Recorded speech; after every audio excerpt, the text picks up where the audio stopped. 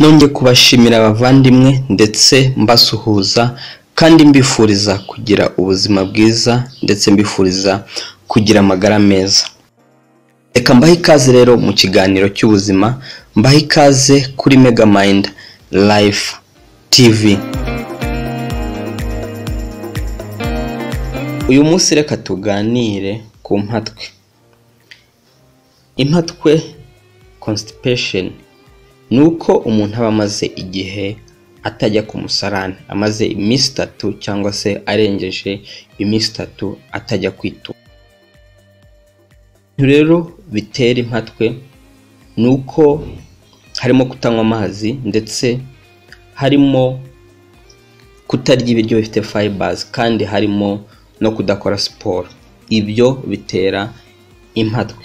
Ibimenyetso by'impatwe rero y'umuntu urwaye impatwe nuko iyo umuntu arwaye impatwe akajya kwituma, yikanira, akanya amabyi akomeye kandi yumye, ndetse akagira kubabara umutwe ukamurya, ndetse rimwe na rimwe no mu nda hakamurya. Ibyo ni bimwe mu bimenyetso by'impatwe. Ibintu rero byo kwirinda impatwe, ibintu kwiriye kwirinda kugira ngo wirinde impatwe, ni ukwirinda kurya inyama. Byagukundira ukazireka cyangwa se ukazigabanya. Imba waryaga inyama buri munsi ukagabanya, yenda se ukajya uzirya rimwe mu cyumweru cyangwa se rimwe mu kwezi. Ikindi ni ukwirinda gukunda kurya ibintu birimo isukari ndetse no gukunda kunywa ibintu bivanzemo isukari. Kandi ikindi ni ukwirinda kurya ibintu bikomoka ku mata cyangwa se ibikorwa mu mata. Ikindi cyagufasha ni ukwirinda kunywa carbonated drinks ndetse no kurya ibiryo bikorerwa mu nganda. Kandi ikindi ni ukwirinda gukunda kurya ifiriti ndetse n'imigati yakozwe mu ifarini y'umweru, ndetse no kwirinda kunywa ikahwa n'inzoga no kugabanya umunyu mwinshi, cyane cyane abantu bakunda kuminjira umunyu mu biryo. Ibyo gukora rero byagufasha, ibintu ukwiriye kurya ndetse n'ibintu ukwiriye kunywa harimo kunywa amazi ya mu gatondo. Mu gitondo ukibyutse ukanywa amazi angana na litiro ashyushye wakamuriyemo indimu. Aya mazi azagufasha, azatuma amabyi yawe yoroha kandi atume wituma neza. Ikindi ni ukurya ibiryo birimo fibers. Ibiryo birimo fibers ni imboga, n'imbuto kandi ndetse harimo n'ibinyampeke.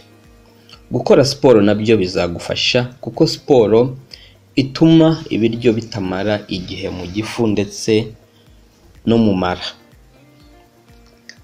Ikindi cyagufasha ni igihe cyose umaze kurya ufata umwanya ungana n'iminota 15 ukagendagenda. Ibi bituma ibiryo bitamara igihe mu gifu kandi bituma n'igifu gikora neza. Kurya ibiryo bikeya ukanyurwa, ntuhage cyane, nabyo bizagufasha. Kunywa umutobe wa karoti nabyo bizagufasha, kuko karoti ifite fibers kandi iyo wakoze umutobe haba harimo n'amazi. Bizagufasha rero bitume ugira amabyi yoroshye, bityo ntugire ikibazo cyo kugira impatwe ndetse ngo wikanire mu gihe uri kwituma. Ibi rero nubikora bizagufasha kandi bizanakurinda.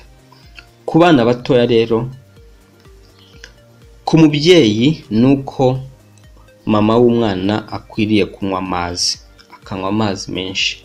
Iyo wanyweye amazi menshi bituma amashereka ataza ari amashereka afasha.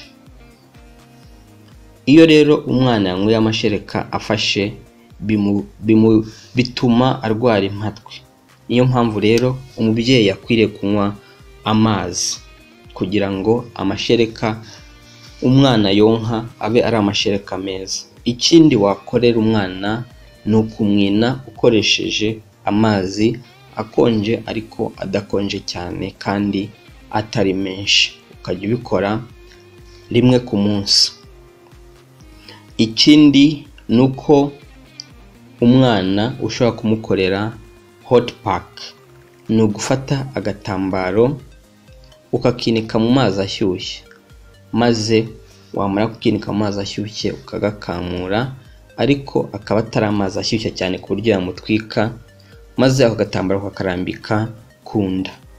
Uretse n'abana, n'ibi wabikorera umuntu mukuru. Ushobora kubikora ukakarambika ku nda ndetse no ku mugongo. Ikindi cyagufasha ni ugukora massage ku nda y'umwana cyangwa se ku nda y'umuntu mukuru. Ibi nubikora bizamufasha, bimurinde kandi binamuvure impatwe. Ndabashimiye rero ko mwakomeje kudutega amatwi, ko kandi mwishimiye kubana natwe mu kiganiro cy'ubuzima, ndetse mukomeje gukurikirana YouTube channel yacu Megamind TV. Reka rero abatarakora subscribe mbasabe mukore share, mukore subscribe, like ndetse na comment. Naho ubutaha ubwo tuzaba arimo tuganira ku bindi bintu by'ingenzi. Shalom shalom, murakoze. Ndi umuvandimwe wanyu John Nyandwi.